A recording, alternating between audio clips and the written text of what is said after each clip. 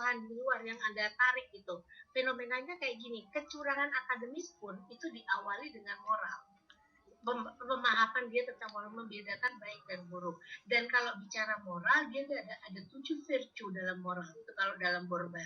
Artinya harus ada empati, ada apa. Nah ini Anda melihat orang yang sudah di perguruan tinggi, yang sudah punya lama hidup dan punya jam terbang yang banyak dari mulai dia kecil sampai dengan sekarang, tiba-tiba Anda bilang ini sangat tergantung pada obedience-nya. Menurut saya harus ada bridging-nya nih dulu kalau mau tetap ini. Gitu. Jangan tiba-tiba, kalau istilah anak sekarang mungkin ujuk-ujuk tiba-tiba ini gitu. Karena sebetulnya peneliti boleh ngapain aja, ambil variabel apa aja, it's okay. But the first thing that you have to do, argumentasinya. Kenapa mengambil itu sehingga kamu nggak akan ditembak lagi ditanya, kalau ini kenapa? Seperti sekarang saya menembak kamu, kenapa nggak moral? Kenapa kamu ambil variabelnya itu? Variabel itu al-usul itu akan sangat dekat. Apa nggak pengasuh apa tadi kamu mengatakannya peran pengasuhan? Pengasuhan itu ada gaya pengasuhan, ada apa gitu, beda-beda. Dari sumbernya, dari bentuk pengasuhannya itu beda lagi gitu. Jadi saya melihat bahwa Anda banyak sekali menggunakan termnya nggak ajak. Lalu kemudian term itu juga kemudian harus ada, kalau variabelnya ini A, coba dicari, dilihat dulu kenapa sih ya sampai variabel ini A, atau kenapa yang saya ambil ini B, yang dari variabel yang lainnya. Artinya kalau faktor penyebab adalah defek Anda adalah academic obedience, maka yang lain-lainnya, yang penyebab yang lain itu nanti harus yang dieliminasi dengan cara dibantai dengan jurnal. Misalnya gini, Anda tadi udah ngomong bahwa faktor internal dan eksternal. Internalnya apa? Oke, internalnya ada kepribadian, ada ini. Oke, yang saya mau ambil ini. Yang lain kamu bantai dulu pakai jurnal. Sehingga itu tidak diteliti karena penelitian menunjukkan Anda bisa pakai jurnal mana aja yang kemudian menunjukkan hasilnya kecil. Jadi itu sudah tidak usah dilihat, sudah bisa diabaikan. Contohnya seperti itu. Ya. Dan berikutnya adalah kalau saya melihat lagi kenapa sih Anda mencari sekolah yang kemudian berasrama dan juga sekolah yang tidak berasrama? Dan kalau dilihat dari metodologi pengambilan datanya, sampel itu Anda ambil random sampling, tadi purposive sampling. Iya, kuota. Apa yang kemudian alasannya kenapa coba? Ya, jadi kenapa saya mengambil responden dari dua tempat berbeda itu sebenarnya untuk melihat ini Bu, bahwa ada penelitian terdahulu bahwa mahasiswa yang dengan asrama itu tingkat kepatuhannya lebih tinggi dibandingkan dengan yang non asrama.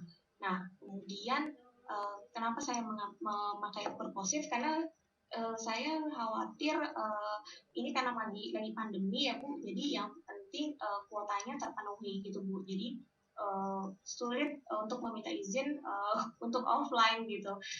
Sudah meminta sih gitu, cuma mudah-mudahan sih semester depan sudah offline ya Bu. Jadi kalau misalnya itu mungkin akan lebih oke gitu. Ini memang masih saya juga belum yakin untuk metode penelitiannya Bu. Masih seiring dengan waktu saya pasti akan masih merubah. Karena memang kemarin Prof Asmadi sudah sempat beri arahan, namun memang belum semuanya saya sesuaikan gitu Bu. Jadi itu alasannya sih kemarin karena pandemi, jadi pakai purposive sampling kuota itu gitu Bu. Jadi sebetulnya kalau Anda walaupun pandemi, kalau Anda menggunakan Google Form terus disebarkan dengan menggunakan flyer tertentu, Anda bisa mendapatkan sampel sih sebetulnya.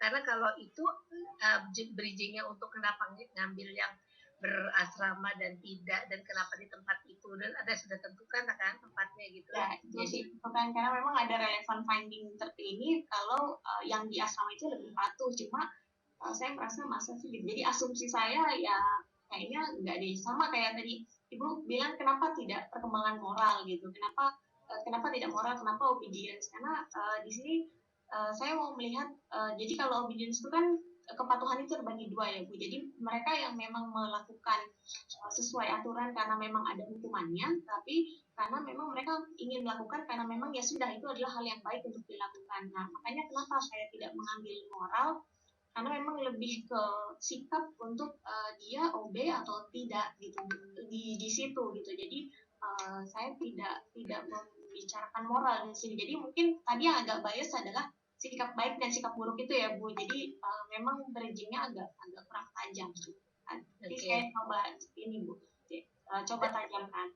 Dan itu dari obedience sampai kemudian orang bisa membedakan baik dan buruk. Obedience kalau dibentuk masih sifatnya eksternal, ada kemungkinan setelah dia tidak ada faktor eksternalnya, nggak ada polisi yang mengatakan bahwa awas nggak boleh ya, ada sanksinya, ada ini, itu bisa saja tidak itu. Makanya itu harus ada bridgingnya dulu. Kenapa sampai paradigma berpikirnya TV itu sampai ke arah sana gitu, ya.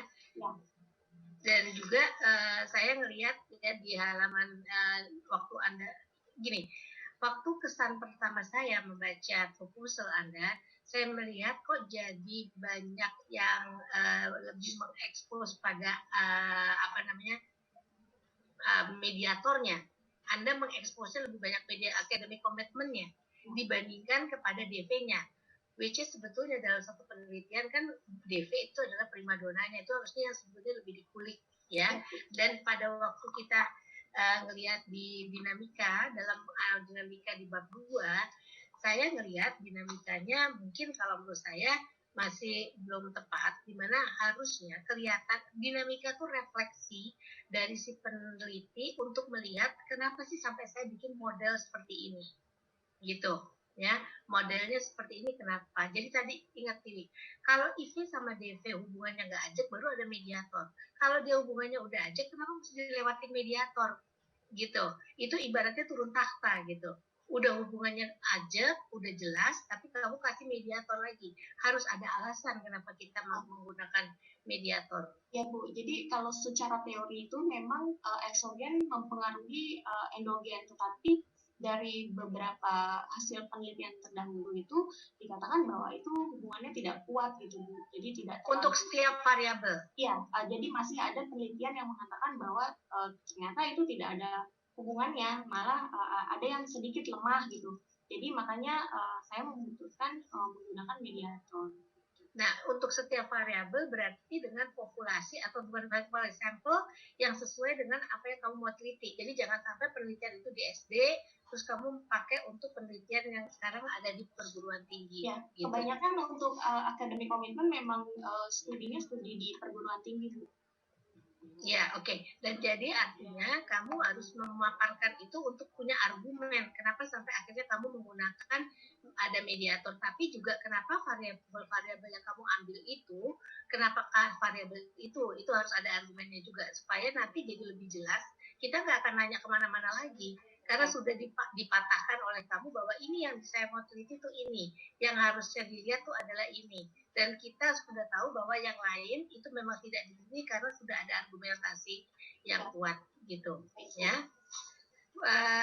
Bu Ketua, saya rasa dari saya segitu dulu Ibu. Terima kasih. Terima kasih Bu.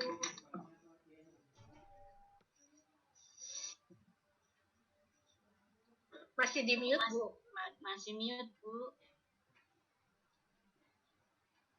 Bu Prati, monggo Bu Prati. Ya. Sudah sekarang? Ya. Ya sudah ya. Yang sudah dari TV? Ya Bu. Saya juga ingin penjelasan lebih jelas tentang variabel-variabel yang Anda pilih.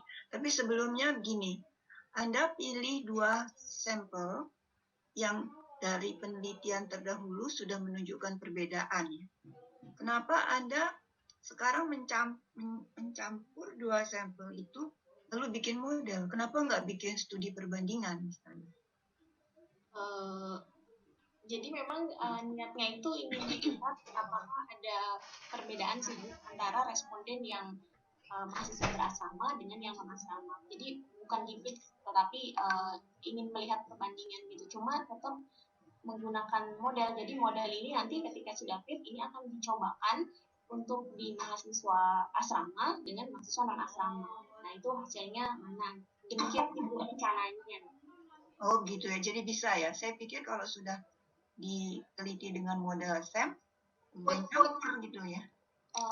ini kan nanti ada uji coba dulu ya, Prof. Jadi kalau misalnya sudah valid alat ukurnya itu dicobakan di dua ini, nanti baru hasilnya sendiri-sendiri sih, Prof. Rencana gambarannya seperti itu, tapi nanti belum tahu lanjutnya. Ya,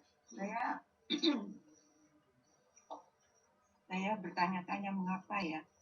Lalu ini ya, Anda kan meneliti mahasiswa ya. Mahasiswa itu kan kalau dari perkembangan itu usianya dewasa muda ya. Awal ya. Dewasa awal. Dan Anda sudah menyinggung juga ciri-ciri perkembangan dewasa awal. Lalu apakah variabel-variabel yang Anda pilih itu seperti gaya identitas, lalu pola asuh, apalagi tadi itu, ya. Coercive power. Kalau sanksi oke ya, cuman gaya identitas dan pengasuhan, ya, kenapa Anda pilih itu? Jadi saya pertanyaannya agak sama juga dengan Ibu Rosmini, tapi lebih ingin kaitkan itu dengan sampel Anda. Jadi apakah ini memang relevan dengan pemuda, remaja, dewasa awal di Indonesia? Baik Bu, untuk yang pertama pengasuhan. Jadi di sini pengasuhan bukan, saya tidak membahas pola asuh, tetapi konsep dasar pengasuhan. Jadi ini relate dengan mahasiswa, yaitu ketika mahasiswa menilai. Makanya ini saya fokus kepada persepsi pengasuhan, di mana mahasiswa ini mempersepsikan bagaimana pengasuhan yang diberikan oleh orang tua, yaitu dari hasil asuh, yaitu bagaimana mungkin kasih sayang, kemudian apakah fasilitas, dan kemudian kebutuhan makan dan sebagainya gitu. Jadi ada hasil asuh. Jadi bukan pola asuh yang dibahas di sini. Mengapa mahasiswa apakah bisa seperti ini? Makanya saya membatasi itu sebatas persepsi, jadi penilaian mahasiswa. Jadi apakah nanti asumsi saya adalah, maksudnya gambaran saya mahasiswa bisa memberikan bahwa orang tua mereka itu lebih banyak mungkin menilai asuhnya atau asuhnya atau seperti apa. Kemudian yang kedua untuk gaya identitas, gaya identitas ini merupakan ragam dari identitas yang ditampilkan oleh individu. Jadi saya tarik dari penelitian yang terdahulu. Jadi memang untuk mahasiswa itu ada perbedaan komitmen dalam akademik terkait dengan gaya diskursif, normatif, dan informatif. Jadi gaya identitas ini memang membentuk mahasiswa terkait dengan komitmennya. Makanya ini disebutnya sebagai multidimensi sih Bu. Jadi memang nanti satu-satu akan saya lihat apakah mahasiswa itu tergolong informatif, difusif, atau normatif gitu Bu. Jadi mirip dengan pola asuh ya. Jadi sistemnya multidimensi gitu sih Bu.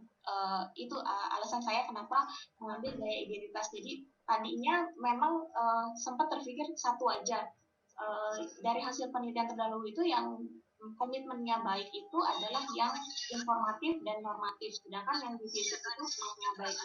Cuma saya mau melihat semuanya gitu Bu. Ya, saya lihat bahwa Anda tuh banyak baca literatur dan ada suatu tabel yang menjelaskan banyak sekali penelitian. Kalau saya itu cuma lihat yang biasa-biasa saja gitu. Kita sekarang ini kan membicarakan identitas etnik, identitas bangsa, identitas religius gitu.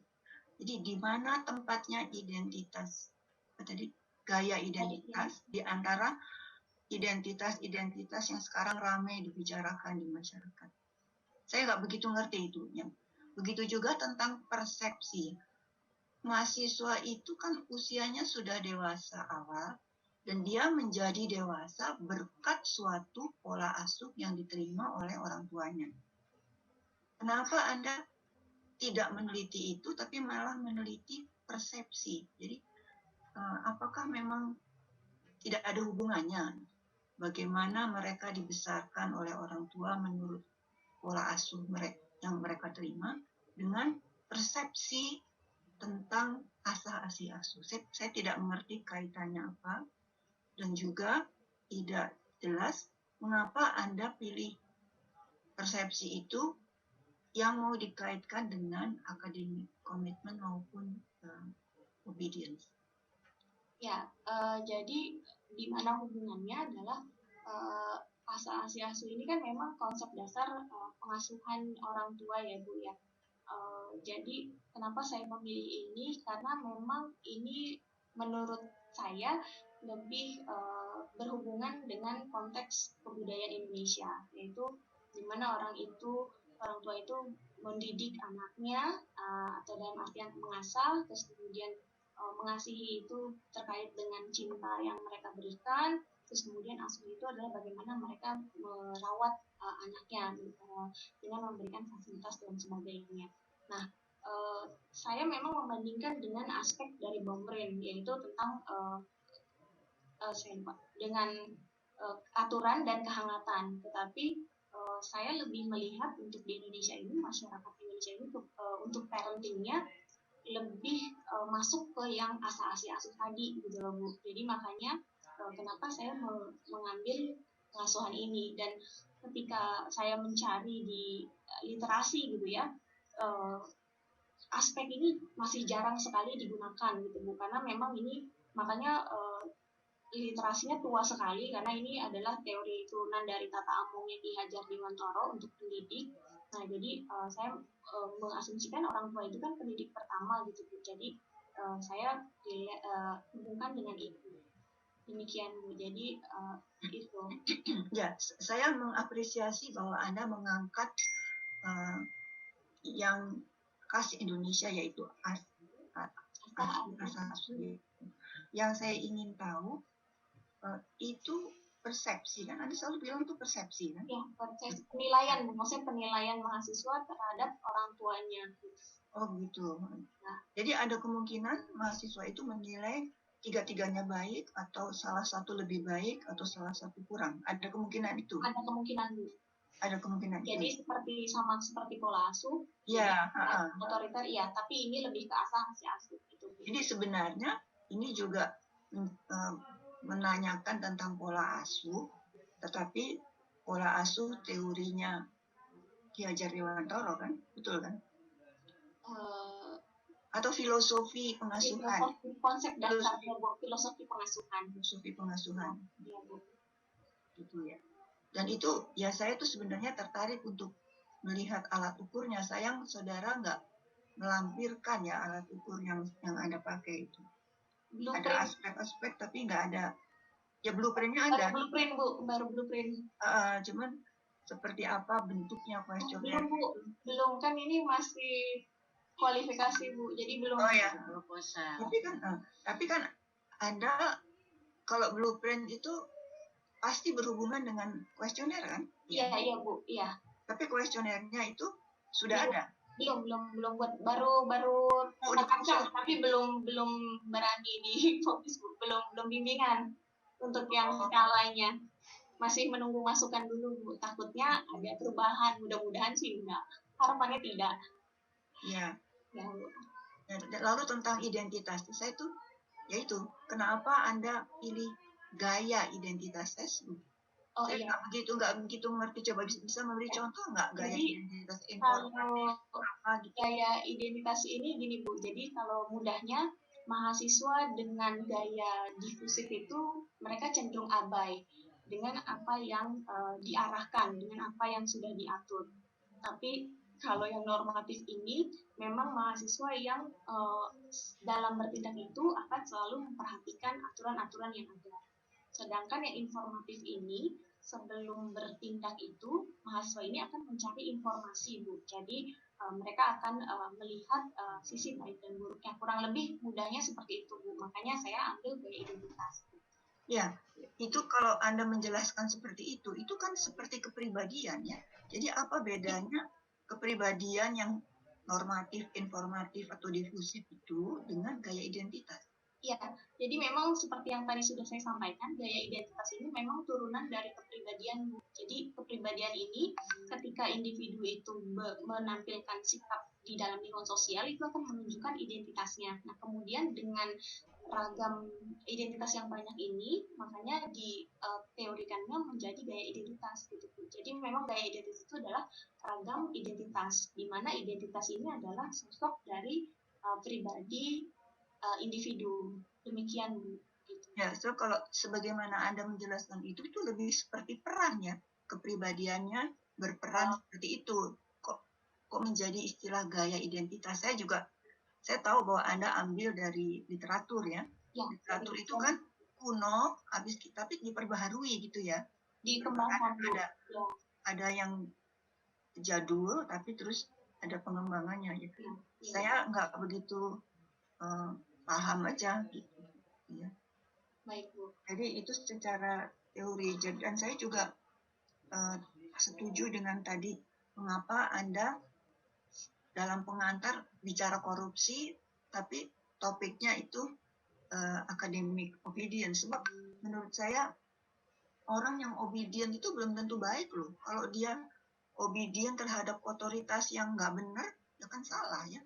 Ya, jadi memang obedience ada obedience yang merusak dengan obedience yang baik. Nah, di sini saya fokus ke obedience yang baiknya. Memang saya ya di latar belakang sepertinya saya hapus gitu. Jadi memang obedience ini ada yang merusak. Jadi ketika dia diminta untuk katakanlah melakukan kecurangan dan dia mematuhi, itu disebut sebagai obedience yang merusak. Tetapi ini adalah obedience yang baik. Jadi saya jadi ingat Prof Asmadi bilang ketika mahasiswa ribut di kelas kan belum tentu dia tidak patuh supaya diam, siapa tahu berisiknya diskusi. Nah, tetapi kalau berisiknya nggak ngapa-ngapain, mengganggu, ya ini adalah obedience yang ini adalah tidak patuh gitu. Jadi memang ini asumsi saya adalah obedience itu adalah ketika mahasiswa mampu mengikuti arahan dosen, arahan pihak otoritas terkait dalam akademik. Demikian Bu. Iya, jadi ya pikiran kita kan lain-lain ya. Kalau sekarang kan eranya lebih baik orang tuh bebas, kreatif ya daripada obedience tapinya otoritasnya nggak benar gitu ya. Jadi ini kan yang sekarang sedang banyak dibahas di dalam masyarakat kita kan justru yang seperti itu ya. Di bawah Anda milih obedience itu ya hati-hati gitu ya, obedience.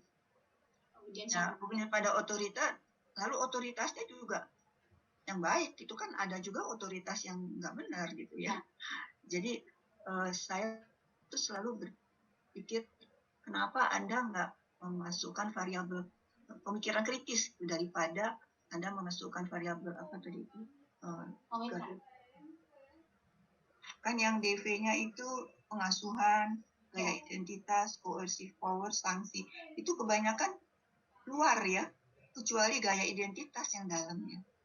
Kenapa Anda nggak misalnya sebagai faktor dalam itu daya kritis dari seseorang itu yang bisa memastikan apakah dia akan obedient apa enggak. Kalau dia pikir otoritasnya tuh melenceng, boleh dong dia nggak obedient. Jadi yang seperti itu yang belum tercakup di sini, tapi mungkin itu nanti akan dibicarakan dalam diskusi ya. Yaitu kemudian sebetulnya saya mencatat di sini di halaman 8, 6, 12, 13, 14 ada pernyataan-pernyataan yang perlu referensi. Nah, Anda juga melakukan interview, melakukan survei ya. Mudah-mudahan sudah ditulis di belakang bahwa itu ada barangnya gitu, ada naskahnya. Oh, naskahnya belum dilampirkan, tapi ada. Ada, jadi ya itu survei saya gini, terus itu harus ada di belakang. Meskipun belum ya, impress atau gimana lah. Supaya itu nggak dianggap omongan-omongan saja, nggak ada dasarnya. Baik, Prof. Ya. Lalu ada di halaman 14 itu ada perlu contoh yaitu gaya identitas itu. Lalu di halaman 11 ada kalimat yang nggak nyambung, kayaknya harusnya titik kalimat baru tapi dilanjutkan. Saya kira itu saja dari saya. Berikutnya saya persilakan Ibu Dr. Erdina. Ya, Terima kasih ya, saudara. terima kasih Prof. Raffi ya. Untuk saudara Dewi ya, tadi sudah banyak sekali masukan-masukan dari Prof. Raffi, Smini ya. Ini saya ada beberapa catatan untuk di halaman 3 ya.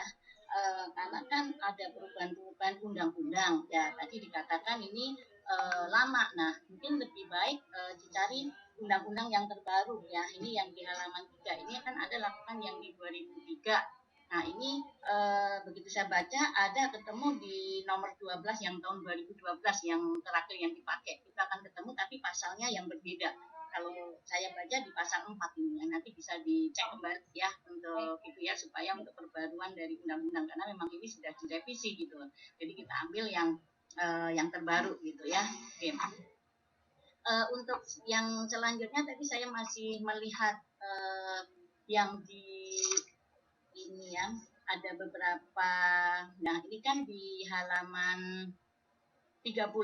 Nah, Anda kan bicara tentang definisi akademik ya, obedience ya. Di sini tiba-tiba Anda lakukan dengan penelitian. Mungkin ini ininya aja untuk sistematisnya aja ya. Jadi Anda lakukan juga dalam pengertian, karena ini kan merupakan satu definisi, tapi lakukan dengan penelitian. Apa alasan Anda lakukan seperti itu? Ya, jadi ini karena saya mencari definisi akademik obedience secara definitif itu belum ketemu ya Bu. Jadi ini kan saya menurunkan dari obedience lalu dikaitkan dengan akademik. Jadi supaya masuk ke ranah pendidikan, karena memang obedience itu kebanyakan di sosial dan di perusahaan. Jadi supaya masuk ke pendidikan, saya lihat memang fenomena-fenomena penelitian terdahulu bahwa obedience itu juga dilakukan di pendidikan, tetapi memang istilahnya berbeda. Ada yang istilahnya obedience oriented education gitu dan sebagainya. Makanya saya tarik itu dulu supaya sebenarnya buat prolog buat supaya persepsinya sama untuk sebelum masuk ke academic obedience-nya. Ya, tapi endingnya gimana? Endingnya adalah ada di. Nah ya, jadi saya menyebutkan secara khusus obedience ini dikaitkan dengan sudut pandang akademik. Jadi saya di sini belum memasukkan akademiknya itu sih Bu. Iya. Jadi obedience langsung setting akademik. Mungkin kurang di situ ya Bu. Iya, jadi tolong nanti ditambahkan karena kan dia punya strategi tapi tidak muncul dalam akademiknya gitu ya. Maksudnya yang terkait kan dengan kepatuhan. Memang kepatuhan kan banyak yang di industri ya, tapi Anda angkat di dalam akademik. Jadi mau tidak mau Anda harus membuatkan suatu kesimpulan dari akademik obedience itu sendiri gitu ya. Nah, itu yang pertama. Jadi harus punya suatu kesimpulan yang ending tadi ya, saya lakukan di sini tidak ada. Yang selanjutnya yaitu tadi memang sudah hampir sama, tapi saya pengen sedikit untuk Anda bisa menjelaskan, yaitu di sebentar catatannya ini di yang gaya ini ya, gaya identitas lagi. Nah, tadi dibilang bahwa dalam gaya identitas ini bagaimana kalau misalnya nih ada mahasiswa, dia itu cenderung ke dalam satu identitas, atau bagaimana dalam pengukuran gaya identitasnya. Karena ini kan merupakan suatu kategori kalau nggak salah ya sistemnya. Berarti di dalam suatu hipotesis pun nanti akan bisa berkembang. Apakah begitu? Ya Bu, jadi ini gaya identitas ini saya nantinya hanya akan melihat apakah mahasiswa itu cenderung yang identitas normatif, difusif atau informatif gitu. Jadi dari 3 itu mereka cenderung yang kemana? Ya, terus kalau di dalam hipotesisnya kan Anda lakukan dengan hanya gaya identitas. Nah, nanti gimana cara untuk membuat suatu kesimpulan bahwa dalam gaya identitas itu nanti terkait dengan academic obedience dan sebagainya? Ya, berarti ini harus di breakdown lagi ya Bu ya. Makanya apakah Anda akan lakukan seperti itu gitu nantinya ya? Nanti bisa dibuktikan lagi ya. Oke ya. Karena kalau ada kondisi seperti itu nanti akan di dalam dinamikanya pun mungkin bisa Anda nanti lakukan yang berbeda lagi gitu. Karena akan harus dirinci lagi. Nah, ini ya bisa dilakukan. Oke. Yang selanjutnya adalah bagaimana di sini alasan ya apakah dalam populasi ini nantinya bisa sebagai syarat untuk menggunakan analisis statistik dengan SEM untuk jumlah populasi atau jumlah sampel yang Anda lakukan, karena ini kan hanya di semester 3 dan hanya satu tempat gitu ya. Apakah nanti bisa memenuhi syarat? Dua tempat sih Bu, tapi kan memang itu nanti akan diuji berbeda ya. Saya sudah ke lokasi sih, sudah minta izin sih cukup Bu. Jadi untuk jumlah perguruan tinggi itu kan nanti ada beberapa fakultas itu sudah cukup. Cuma kalau yang untuk di pesantren Darussunnah, saya kemarin sempat agak ragu, jadi kayaknya saya mau pindah ke yang mahasiswa pesantren di Jepara, sepertinya gitu. Udah minta izin juga sih, udah diizinkan. Di sana masuknya lebih banyak ribuan. Ya nanti perlu diperhatikan, karena kalau pondok pesantren untuk mahasiswa mungkin nggak terlalu banyak gitu ya untuk yang ini ya, yang Ciputat ini ya. Tapi kalau Ciputat ya sedikit kemarin ya, saya tahu karena saya tahu ya. Jadi kalau nanti yang lain mungkin bisa dilakukan supaya untuk memenuhi persyaratan ya jadi dan ya. Oke, saya cukup Prapi. Terima kasih Ibu Erdina. Sekarang saya persilakan Bapak Profesor Dr. Asmadi. Monggo Pak Asmadi. Oke, terima kasih Bu Pran. Assalamualaikum warahmatullahi wabarakatuh. Waalaikumsalam. Oke, menarik ya diskusinya. Pertanyaan-pertanyaan tadi itu patut diperhatikan oleh Bu Yuarini ya. Misalnya yang pertama tadi masalah, ya sebenarnya udah saya komentari ya kalau di bagian pendahuluan terlalu panjang ya. Dan memang backgroundnya ya itu kalau orang nggak patuh dengan peraturan itu bisa saja dia melakukan dalam perkembangannya kemudian ya, kalau terus-menerus begitu dia sudah jadi pimpinan gitu ya, mungkin bisa korupsi itu ya. Tapi ya terlalu jauh lah ya. Jadi backgroundnya itu nggak usah terlalu jauh ya. Kemudian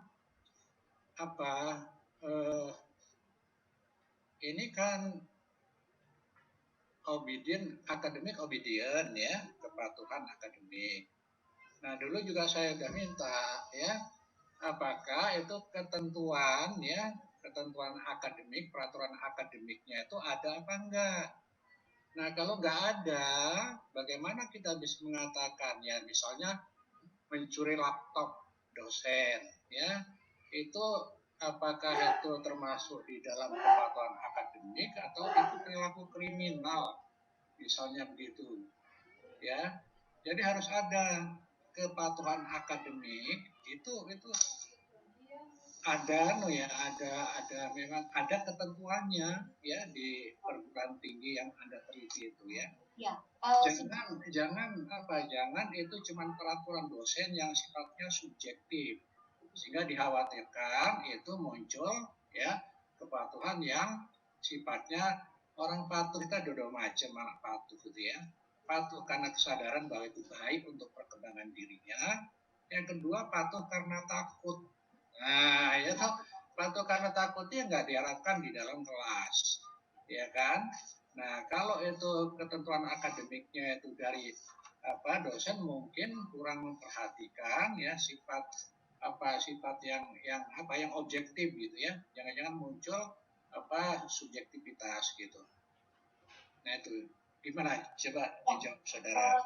Iya Prof, jadi untuk pedoman akademik di Universitas Bayangkara itu tadi seperti yang sudah saya jelaskan terbagi memang ada terkait khusus untuk perkuliahan, tugas akhir secara dan umum gitu. Jadi memang kayak membawa senjata tajam, terus kemudian memakai narkoba di lingkungan kampus itu memang tertera di pedoman akademiknya, dan itu termasuk pelanggaran akademik Prof, karena itu dilakukan di lingkungan kampus gitu. Jadi kalau untuk peraturan di kelas itu juga sudah ada peraturannya, memang dalam perkuliahan itu mahasiswa harus memakai pakaian apa. Nah, baru nanti ada dosen yang memang menurunkan peraturan itu. Memang kalau untuk langsung secara dosen subjektif ya Prof, tapi ini saya menarik dari pedoman akademik di Ubara itu sendiri gitu Prof. Ya kan mestinya di perguruan tinggi itu ada ya, nggak ada dua jenis peraturan ya. Yang pertama itu peraturan secara umum ya, nggak ada kaitannya dengan masalah akademik. Kalau di Ubara hanya tertulis pedoman akademik gitu Prof, gimana ya? Nah ini kita bicara teori ya, bukan bicara fakta apa adanya di perguruan tinggi tersebut. Ya. Jangan-jangan suatu instansi itu buat peraturan kepatuhan akademik, tapi nggak tahu apa itu yang dimaksud kepatuhan akademik, ya.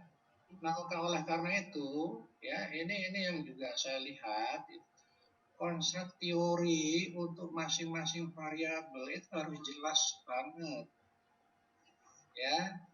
Karena itu Anda mudah terombang-ambing nanti kalau konsep teorinya itu nggak jelas. Jadi sebetulnya kepatuhan akademik itu konsep yang jelas yang Anda pakai itu yang seperti apa. Nah itu ya. Jadi kalau Anda cuma berdasarkan pada peraturan akademik ya yang dibuat, tapi secara teori ya itu ada kaitannya dengan akademik apa enggak? Begitu ya. Oke. Terus juga yang didiskusikan tadi, misalnya gaya identitas. Nah, gaya identitas itu skornya sifatnya ipsaktif atau bukan? Ya, tahu istilah ipsaktif atau bukan? Nggak tahu. Ipsaktif, tahu nggak? Ada kan yang skor dari beberapa dimensi atau beberapa bagian itu sifatnya ipsaktif. Ya. Jadi kalau di satu tipe dia tinggi, itu otomatis di tipe yang lain rendah. Itu ipsaktif namanya. Ya, Pak. Tapi yang non ipsaktif itu bisa tinggi di beberapa dimensinya gitu. Nah, oleh karena itu saya menyambung diskusi tadi, kenapa Anda nggak pilih salah satu saja yang memang kaitannya paling dekat dengan variabel dependennya komitmen akademik. Kenapa tidak seperti itu? Ya, seperti misalnya trait dari the big power, the big personality itu ya, the big trait personality itu ya, the big five personality itu ya. Itu kan juga sifatnya ipsaktif. Boleh Anda ngambil salah satu saja. Ya. Karena juga secara teknisnya nanti kalau Anda mendapatkan 3 tipe, nah itu Anda menggunakan SEM kan agak kerepotan itu secara teknis. Ya. Jadi Anda pilih salah satu dari tiga ya, dari 3 identitas itu, mana yang kira-kira itu paling dekat hubungannya dengan komitmen akademik, kepatuhan akademik. Ya. Nah, juga begini, tadi juga udah disinggung ya. Jangan yang kepatuhannya tinggi, ya.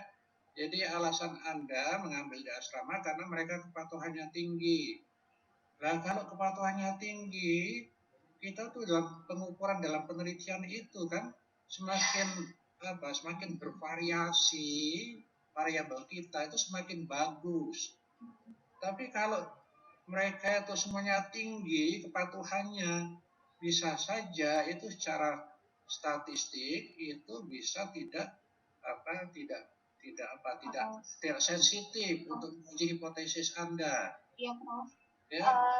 Jadi kemarin sempat ada wawancara Prof. Jadi ternyata di pesantren mahasiswa itu kalau dari hasil penelitian kan memang mahasiswa asrama itu lebih patuh ya Prof. Tapi ternyata faktanya itu banyak mereka yang burn out gitu. Jadi mereka yang kabur, mereka yang banyak melakukan pelanggaran-pelanggaran gitu sih Prof. Jadi makanya saya ingin melihat dari yang asrama dengan yang non asrama gitu Prof. Tapi memang belum saya cantumkan.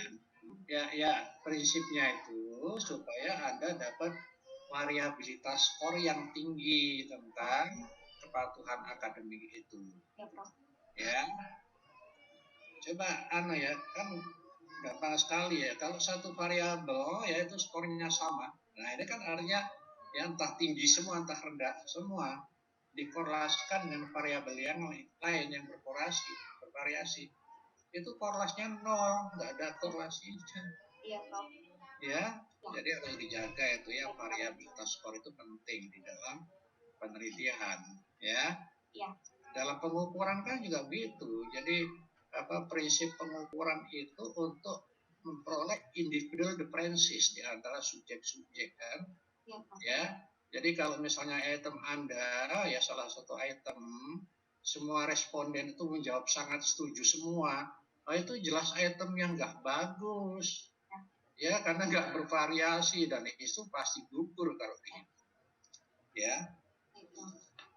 Oke. Nah, ini banyak sekali ya yang perlu Anda perbaiki. Seperti misalnya ya, di halaman 5 itu jangan bertele-tele ya. Pertama itu sebetulnya ini kepatuhan akademik pada masa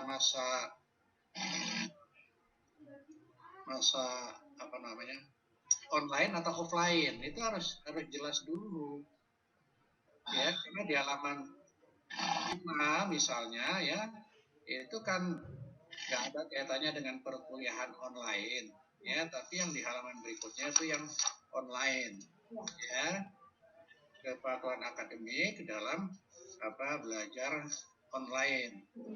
Sebenarnya saya perlu komentari ya, yang namanya kepatuhan akademik itu langsung aja tunjukkan ya indikatornya apa, seperti di halaman 5 ya. Ini nggak usah berpanjang lebar.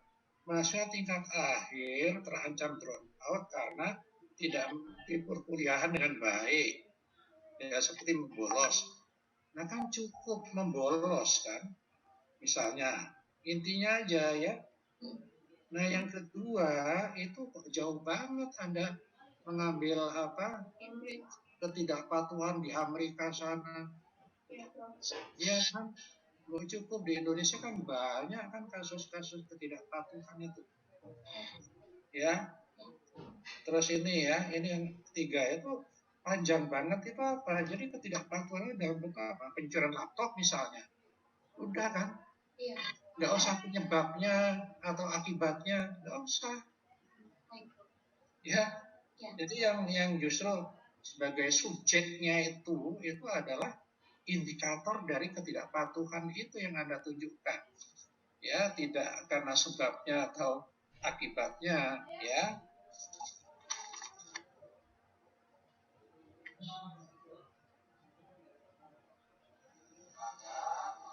Dan di halaman ini kan halaman ini khusus untuk ketidakpatuhan atau kepatuhan akademik, ketidakpatuhan akademik itu dalam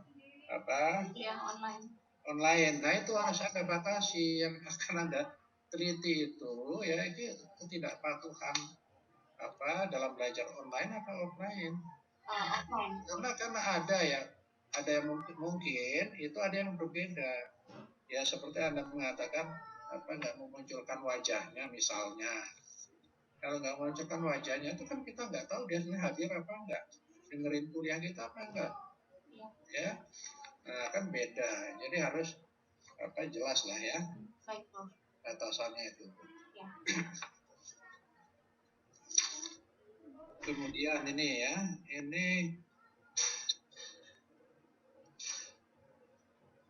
jadi ini dalam pengukuran itu kan istilah dimensi dan aspek itu kan berbeda ya.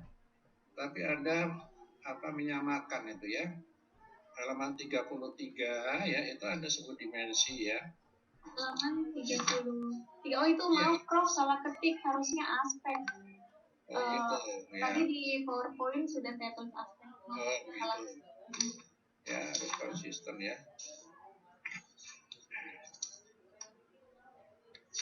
Nah, terus gini ya. Ini halaman 18 sampai halaman 38 sampai 39. Ya. Ini kan yang namanya apa? Yang namanya konstrak variabel konsep itu kan sebetulnya sama ya. Jadi kalau Anda ngutip pendapat-pendapat itu konsep ya. Konsep dari siapa. Anda harus mengkonstruksi. Nah, itu hasilnya konstruk teori Anda.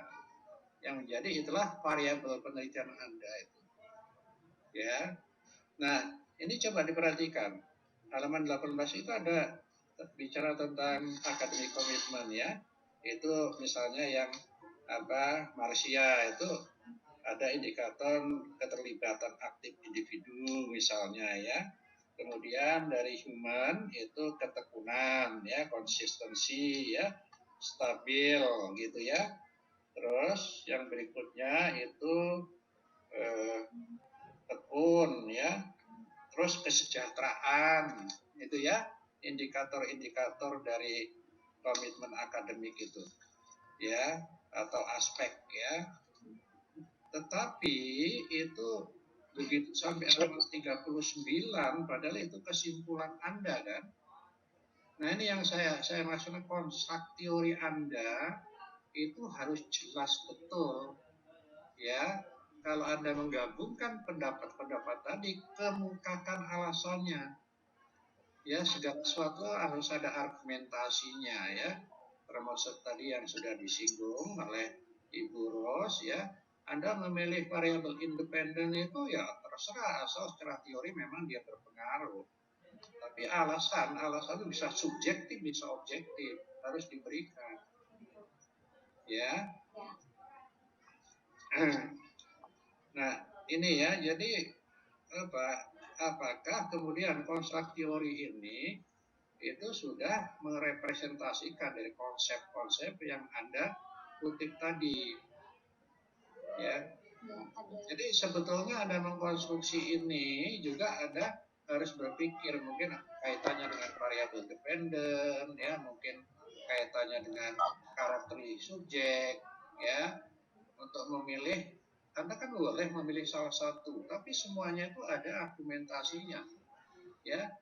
Boleh Anda juga menggabungkan ya, merepresentasikan semua konsep itu. Tapi semuanya ada argumentasinya. Jadi nggak cuma begini, berdasar penelitian dari tokoh-tokoh tersebut, maka disimpulkan bahwa kok bisa menyimpulkan semacam itu dasarnya apa kan gitu. Itu konstruk teori. Ya, dan itulah yang menjadi variabel penelitian Anda tentang academic komitmen dan yang lain-lain. Ya. Nah, kemudian juga ada yang malah jauh menyimpang ya. Tapi ya nanti nggak tahu di halaman berapa. Nah, ini kalau di halaman 42 ini kan cuman susunannya ya, susunan supaya sistematis ya. Itu Anda lihat di alinea kedua ya. Jadi halaman 42A alinea kedua bagian bawah itu ya. J. Brooks ya. J. Brooks dalam kurung 2011 ya kan? Nah, yang pertama Anda menulisnya cukup Brooks gitu ya. Ya kan? Jadi family name-nya atau last name-nya kan yang dicantumkan, J-nya nggak usah. Tapi ini kan sifatnya umum kan, mendefinisikan pengasuhan sebagai sebuah proses yang merajuk pada serangkaian aksi dan interaksi. Nah, itu mungkin di awal justru itu kan sifatnya masih umum, belum spesifik. Ya kan umum itu interaksi dan aksi. Ya, jangan setelah ada bicara lebih yang khusus lebih duluan, barusan yang umum muncul di belakang. Nggak sistematis ya.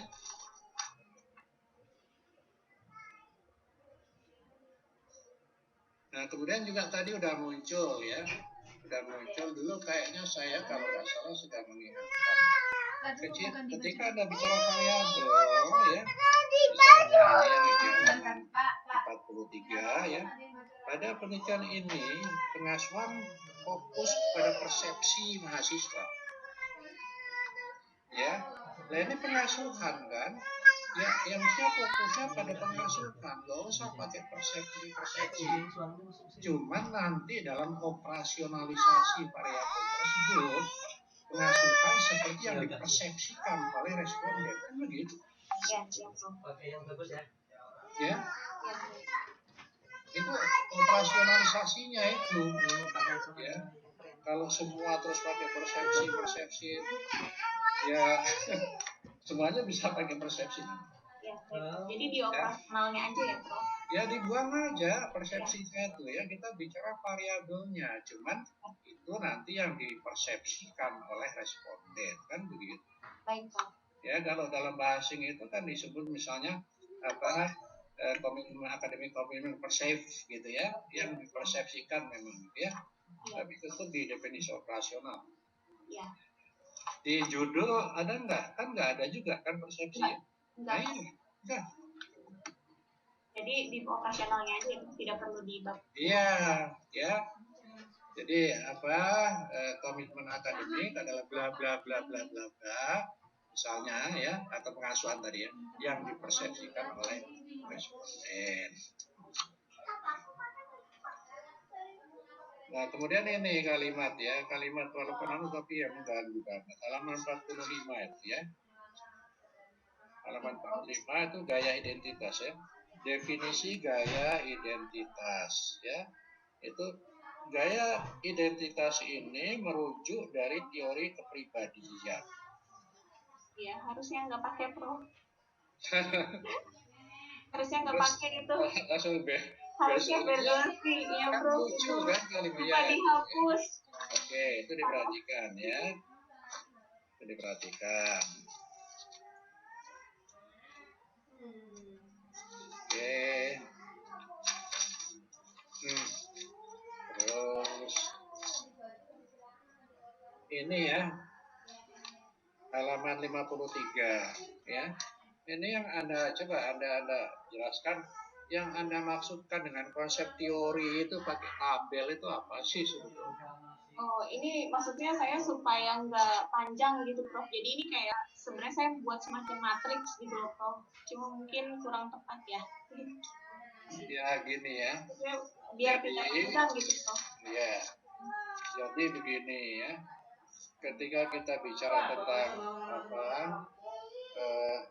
2 pilihan pustaka itu, setelah kita punya konstruk teori masing-masing, kan kita bicara masing-masing variabelnya ya, dan kita harus mengkonstruksi ya secara jelas tegas yang kita pakai itu yang seperti apa ya definisinya itu, ya kan. Nah setelah itu, setelah variabel udah jelas, nggak membingungkan lagi ya, kita kan mengutip mengutip tentang keterkaitan kan antar variabel itu ya. Nah keterkaitan antar variabel itu ya, itu yang bagus itu kan dari jurnal penelitian, makanya ada subbab relevant finding ya. Ini ya kan? saya gabung di dinamika antar variabel, Pak. Nah kalau mau digabung ya boleh, tetapi jangan dinamika antar variabel ya. Apa, Prof? Ya, karena di sana itu judul dinamika antar variabel itu juga nggak benar toh. Ya, yang benar kan dinamika keterkaitan atau dinamika hubungan, ya kan? Nah, kalau mau disatukan ya antara dinamika dan relevant finding, ya, yaitu yang biasa juga diistilahkan ya apa itu ya, keterkaitan antar variabel gitu ya. Keterkaitan antar variabel di sana isinya relevant finding dan kemudian dinamikanya ada yang memberikan. Itulah yang nanti menjadi dasar kemunculan hipotesis Anda. Ya kan? Iya, Tadi sudah disinggung juga bahwa keterkaitannya itu masih sangat minim karena relevant finding yang Anda peroleh tentang hubungan antar variabel itu masih kurang. Ya, masih kurang, Prof. Nah, ya kan. Oke. Coba ini selanjutnya halaman 64. Halaman 64 ya. Itu Anda menyebut ya di akademik itu ya. Itu berdasar teori aspek obedience dari Milgram. Ya. Dari Milgram. Padahal yang Anda ambil itu dari Blas. Hah? Iya, Prof. Yang benar yang mana itu? Yang benar yang Blas, Prof. Cuma maksudnya Blas itu mengembangkan dari penelitiannya Milgram. Tidak perlu ditulis ya, Prof. Nah, iya, ini harus harus ada ceritanya lah. Karena yang Anda kemukakan itu kan dari Blas, tapi di sini kok Anda ambil dari Milgram. Ya. Dan jangan jangan sampai menyimpang tadi. Makanya tadi saya katakan konsep teori itu akan mempengaruhi perwujudannya. Jangan sampai aspeknya itu kok menyimpang dari konsep teorinya. Ya kan? Oke, lanjut.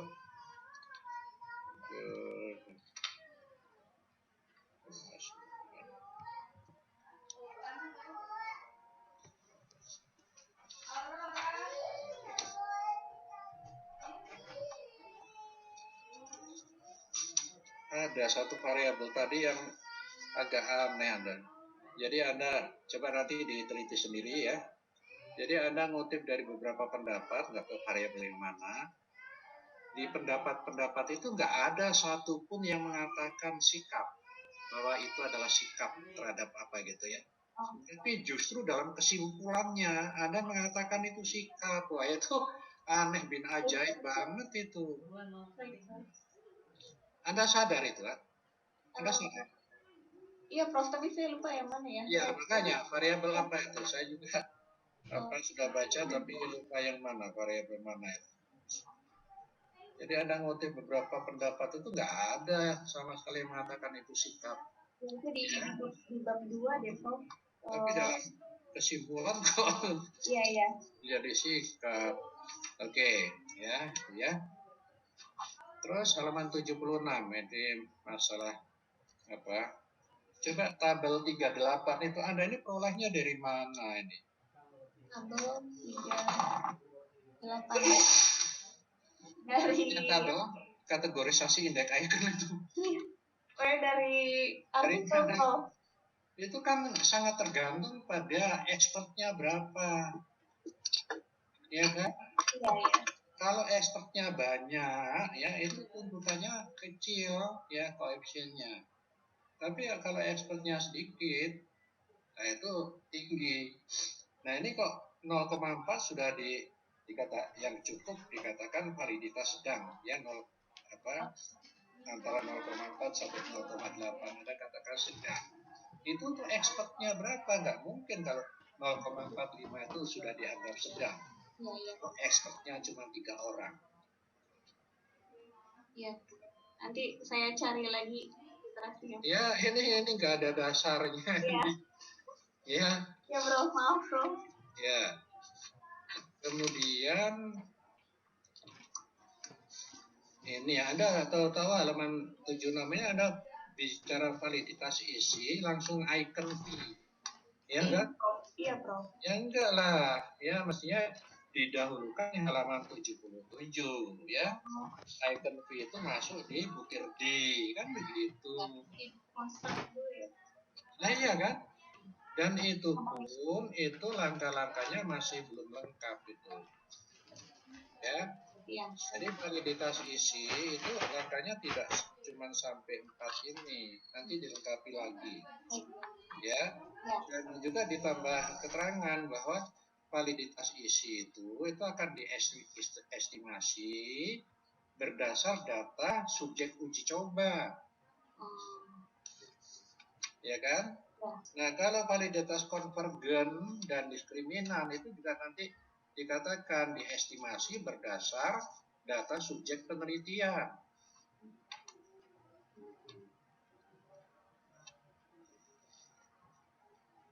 Dan itu halaman 78 itu juga lucu itu. Ya, Prof, saya Ya. Nggak ada validitas diskriminan menggunakan EVA. Ya. ya Prof, maaf. Ya, ini banyak sekali yang ya. Kemudian halaman 79 ya, konsep reliability. Kalau sudah ada itu ya nggak ada reliabilitas lagi. Ya Prof ya. Ya. Dihapus saja ya Prof, reliabilitas. Oke, juga nggak konsisten nih. Teknik analisis datanya di halaman 80 itu menggunakan AMOS, tapi di halaman 79 menggunakan Disrel.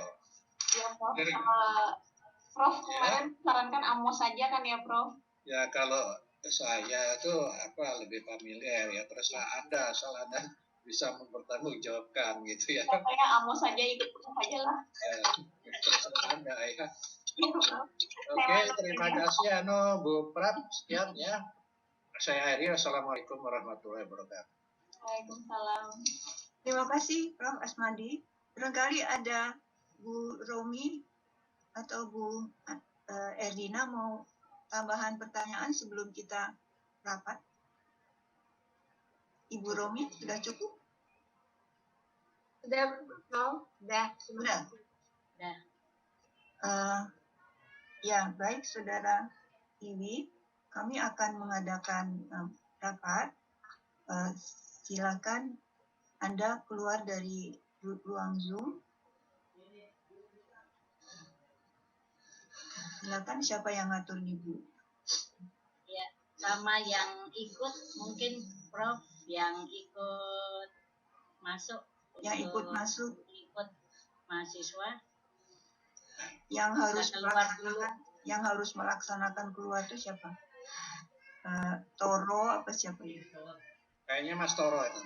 Langsung otomatis Prof. Oh, otomatis. Ada live langsung live. Oh ya. Ini kita tunggu. Udah ya. Belum Prof, masih ada beberapa. Bu Juliana masih. Pak Sunarto. Pak Sunarto masih, tolong keluar dulu. Pak Tri. Pak Suryo. Kok saya nggak bisa sih lihat gitu tuh, yang belum. Di atas Prof. Pak Tri.